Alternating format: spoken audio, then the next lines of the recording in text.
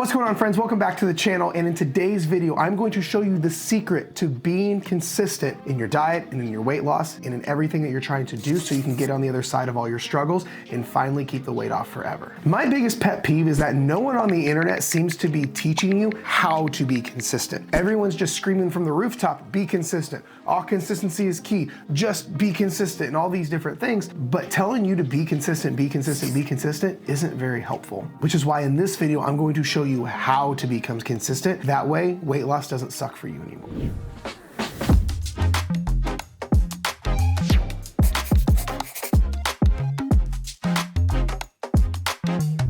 Number one, I want you to start small. You have to understand consistency and discipline is like any other muscle, but too often when people struggle with consistency and discipline, it's just because the thing is too big or too heavy. If I can't pick up a 50-pound dumbbell, that doesn't mean I just keep trying. That means I go down to a 30-pound dumbbell. And if I still can't do it, I go down to a 10-pound dumbbell. It's the same thing with your consistency. If you can't be consistent with 5 habits that you may be trying to do, go down to 3 habits. If that's too much, go down to 1 habit. If the habits you're trying to be consistent with just aren't happening because they're too big and complicated, simplify them. Instead of tracking all macros, how about you track just calories? Instead of tracking all the macros, what about just protein? What about instead of tracking it all, you just write your food down in a notebook? Because the worst thing you can do is if you can't be consistent is keep beating yourself up and keep trying to be consistent with a thing that doesn't fit. Number 2, pick only things that you can be consistent with if you're never gonna be motivated ever again. You see, it's easy to be consistent when you feel like it, you're motivated or you want to do the thing, but how often is life like that? I don't know about you, but for me, it's very rarely like that. You need to just assume you're never gonna be motivated and make the decision you're going to show up anyway, but don't bank on being motivated at all. This is why you don't wanna set yourself up for failure and only pick things you can do when motivated. Set the frame. I will never be motivated again. What can I do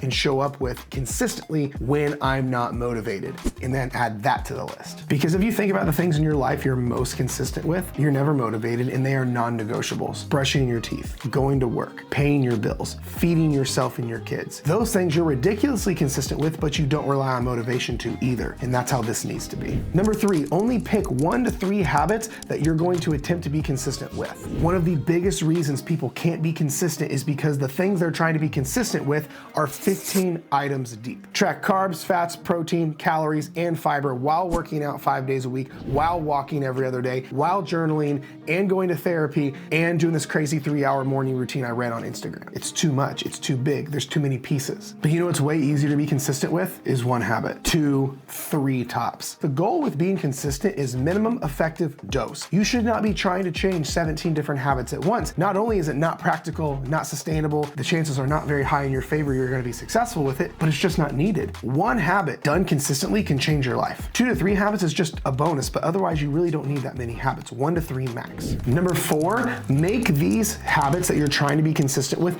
part of your routine. If you're trying to become consistent tracking your calories, what if you made it a rule that you don't eat until you track? If you're trying to be consistent with something like journaling, maybe you should tie it to your morning coffee. So when you're having coffee, you have to journal. What if you make it part of your routine where you take your gym bag to work with you, so before you even come home, you go to the gym and get a workout in? Tying a habit you're trying to become better at with a habit you're really good at is a little cheat code, but the reason those other habits work so well is they are part of your routine, so you just follow through with them on autopilot. And number 5, get really clear on what bad things will happen in your life if you don't become consistent. In coaching, we call this the client's hell list, because the truth is there's only 2 things that drive human behavior to change, either the pursuit of pleasure or the avoidance of pain. When it gets hard, when they don't want to be consistent, when things get rough, the airy-fairy or more happy, positive reason isn't always strong enough to compel action. But too often it's the compelling reason rooted in avoidance of pain is the true driver. So here's how we use that.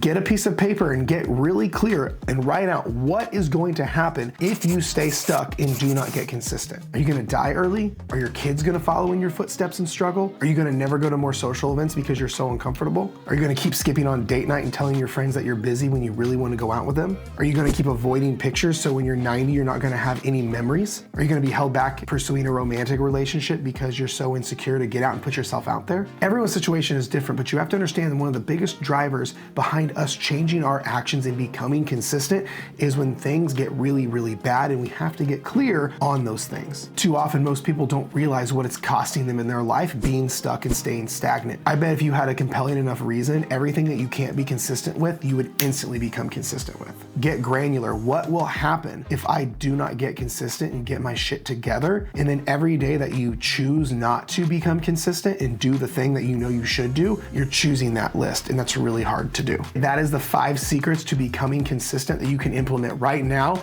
and watch it immediately translate in your life. I hope you got a lot out of this. Be sure and comment below if you have any questions or struggles or anything else you'd like to see videos on. Be sure and subscribe if you haven't already, and I will talk to you next time.